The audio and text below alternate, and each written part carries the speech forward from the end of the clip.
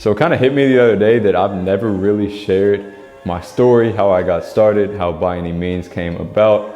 Said it on podcasts and guest appearances and all that, but never really put it up on YouTube. So I just wanted to give a little background about who I am, what I do, where I came from, and even my visions for the future. All right, so I started out like pretty much any other 15-year-old scrawny white kid that plays basketball, right?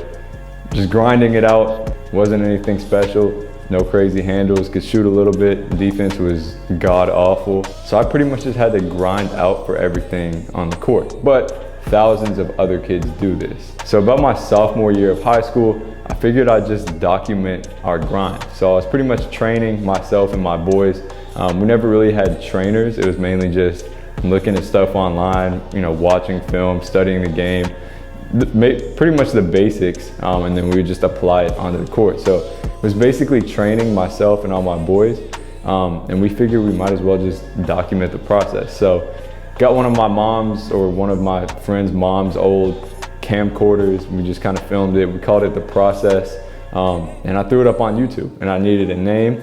And we were like, yo, what should the name be? So we were breaking in churches. Sounds crazy, but we were, just trying to get into gyms by any means.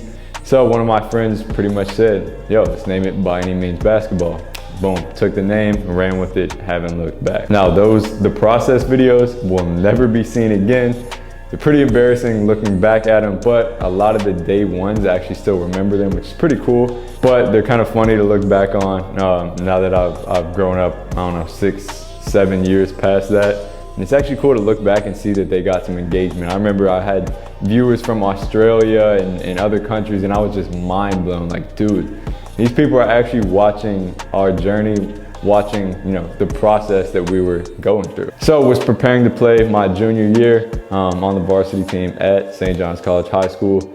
Best conference in the country, the WCAC, Washington Athletic Conference.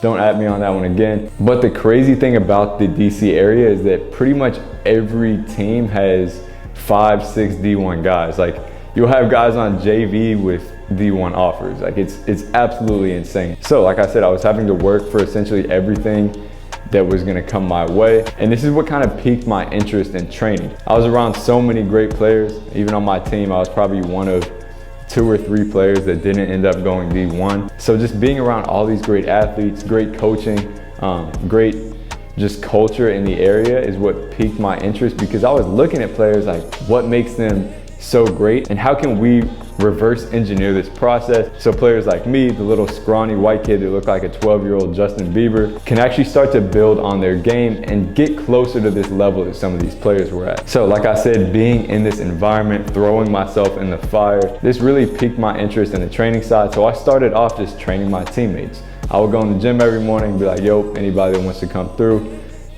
we'll get some work in. So I got exposure to training pretty high level players at a very young age. I was still 16, maybe 17 years old at the time. And it's funny, for pretty much all my school projects, I would do like injury prevention as topics. So I would dive into that on my own, obviously, but even in my schoolwork, like everything was centered around the training, the injury prevention side. So I was obsessed with it from a very, very young age at that point. So anyways, not gonna ramble on about that. Going into my senior year, I was in the car going to an AAU tournament, was watching film. I was probably overanalyzing the shit out of the game, just like I always used to do, and was essentially just watching Steph Curry step back highlights or something. I can't remember the exact video, but I was in the car going to an AAU tournament or a hoop group event or whatever, and I downloaded iMovie. I was like, all right, let me just throw these clips together and make a video for myself that I can watch before my games and try to think about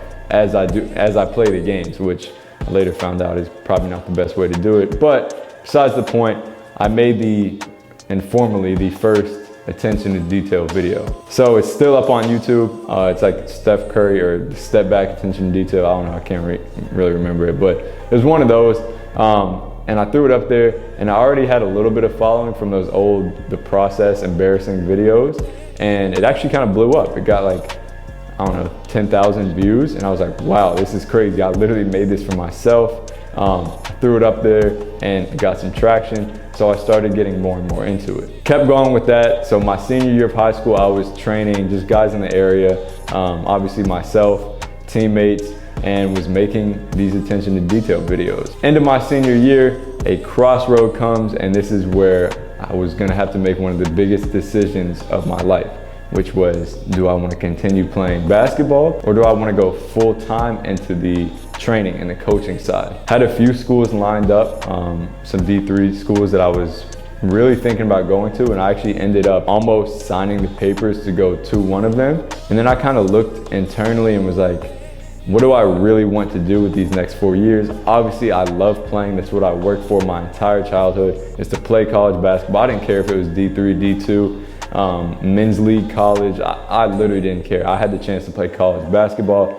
and that was a childhood dream of mine. But at the same time, I wanted those next 4 years, since I was already training at 15, 16 years old, to be fully immersed in what I want to do for the rest of my life, which is engineering athletes, helping them get better and changing lives for a bunch of different players on the court. So I ended up heading down to Miami, where I've been at since then, at the University of Miami. Then I was still making these videos, these attention to detail videos, workout videos, etc. Again, because I looked like I was 11 years old, never really thought to get behind a camera or anything. And plus, I'm not really a natural speaker.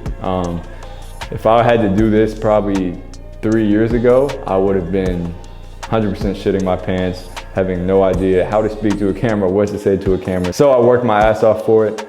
Soon enough, I started to get the hang of it, and I started making a little bit more content, and that's when everything kind of started to gain a little bit more traction. This time I was just training locally throughout my first few years of college, but then I really wanted to lock in on building that online presence. So 4 years later, from when I came down to Miami to now, finishing up at the University of Miami, getting a master's degree in strength and conditioning. Obviously just been training my ass off, grinding to become the best I can at helping athletes get better. And in the last 2 years or so, I've trained probably over 500 athletes, a bunch of different states, and it's really expanded and become something that I really never saw coming when I first made that funny, embarrassing documentary back in the day. It was just me and my homies kind of grinding it away. So it's definitely felt like more than, I guess, 6, maybe 7 years ago since I started training, started coaching, but it's been a fantastic 6, 7 years.